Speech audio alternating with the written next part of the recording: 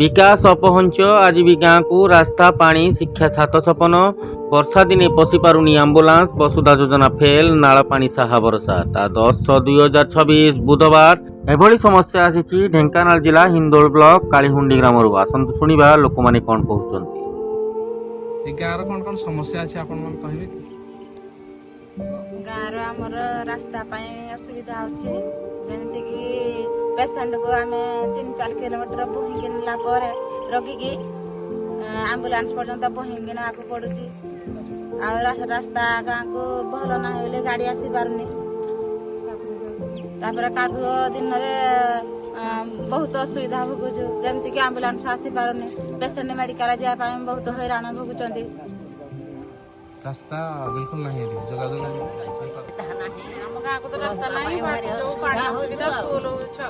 नहीं हाथी जो आसुँच लाइन कटुची आड़ भी सुलार आम हाथी माई देना लाइन आम भय कर आसुनी लाइन कटि जाऊँ 4-5 दिन जाए लाइन आसुची पुणी पैसा जब कलेक्शन करके डकेले से आस लाइन बांधिक जाऊँ स्कूल भी आमर ना छुआ मैंने पढ़ाई बहुत असुविधा पाँच स्कूल भांगी गला आमर स्कूल आमर नुआ दरकार पंचम श्रेणी जाक अच्छे आना सब पड़े वर्षा दिन भी छुआ जापारना ये बलसर एपटे हाई स्कूल जा वर्षा हेले भी जापारना कादुअरे पानी भी आमर ना कालुंडर गोटे नलकू अच्छे गोटे नलकूटा जब भी आज भांगी गला कौन है आम जा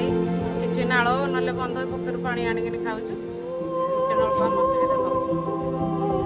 तेबे सबुर स्थायी समाधान करने को ग्रामवासी माने जोरदार दाबी करिसेंती नचेत आगामी दिन में ग्रामवासी बाध्य होई राजपथ को ओह्लाइबे बोली कालीहुंडी ग्रामर शताधिक ग्रामवासी चेतावनी देइछंती।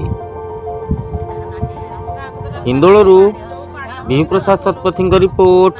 समग्र ओडिशा सेवा अभियान।